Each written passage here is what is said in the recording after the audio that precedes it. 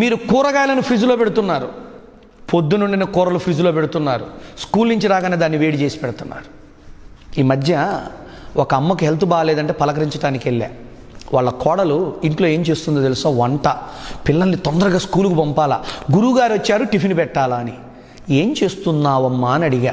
ఏం లేదు గురుగారు, మీకు ఉప్మా చేస్తున్నాను, పిల్లలకి అన్నం వండుతున్నాను, తొందరగా అయిపోతుంది, కూర్చోండి అని.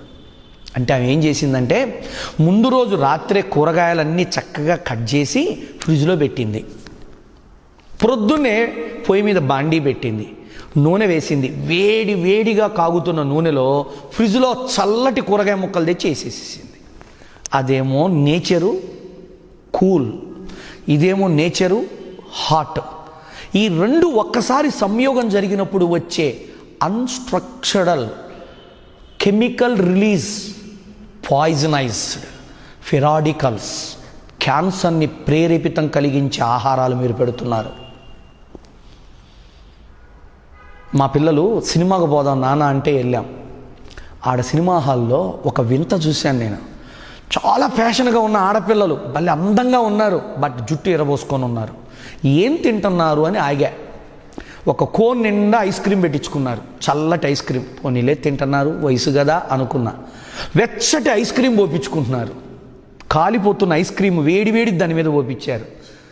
ఇవాళ చాక్లెట్ అంటే వేడి చాక్లెట్ చల్లటి ఐస్ క్రీమ్ మీద పోసుకొని తింటున్నారు. అంటే ఒక హాట్ నేచర్ కలిగినటువంటి చాక్లెట్కి ఒక చల్లటి నేచర్ కలిగిన ఐస్ క్రీమ్కి కాంబినేషన్ ఎక్కడికి దారితీస్తుందో తెలుసా? మృత్యువు, ఆయువు తగ్గుతుంది, కణజాలము కణములో ఉన్నటువంటి శక్తి మాయమైపోతుంది. చూడండి ఎన్ని విషయాలు మీరు పిల్లలకు పెడుతున్నారు. భోజనం పెట్టారు, చక్కగా భోంచేశాడు, మంచి వేడి రసము అన్నీ బాగా తిన్నాడు, అయిపోయింది. ఫంక్షన్ నుంచి వస్తూ 2-3 కప్పులు ఐస్ క్రీమ్ తింటున్నారు పిల్లలు.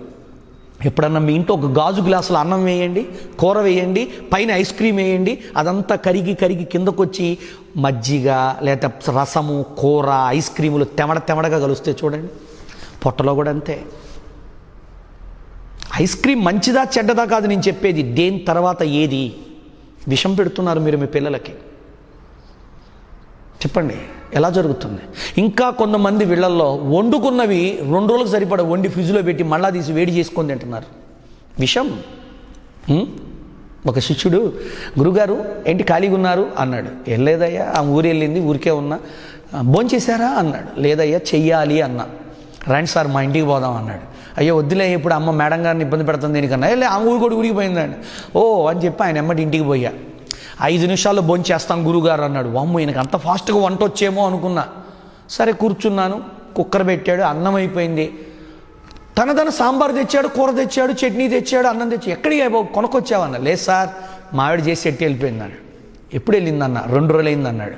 అంటే ఇప్పుడు 2 రోజుల క్రితానివా అన్నాడు. మీకు తెలీదా, మావిడ ఇంకా 4 రోజుల దాకా తాగరాదు, మేము 4 రోజులు కూడా ఇయ్యే తినాలా అన్నాడు.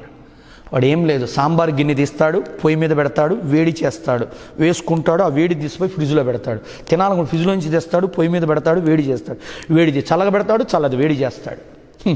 భార్య మళ్ళీ తిరిగి వచ్చే భర్త జై గురుదేవ్. ఏం జరుగుతుందో చూస్తున్నారా సమాజంలో? మీరు సుఖపడుతున్నారు అనుకుంటున్నారా?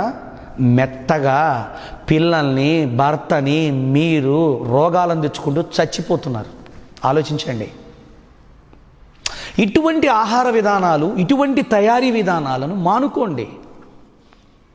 మానుకోకపోతే మీరు డాక్టర్ల దగ్గరకు పోయి మీ భర్తో మీరో సంపాదించిన లక్షలు కుమ్మరించాల్సిన పరిస్థితి వస్తుంది.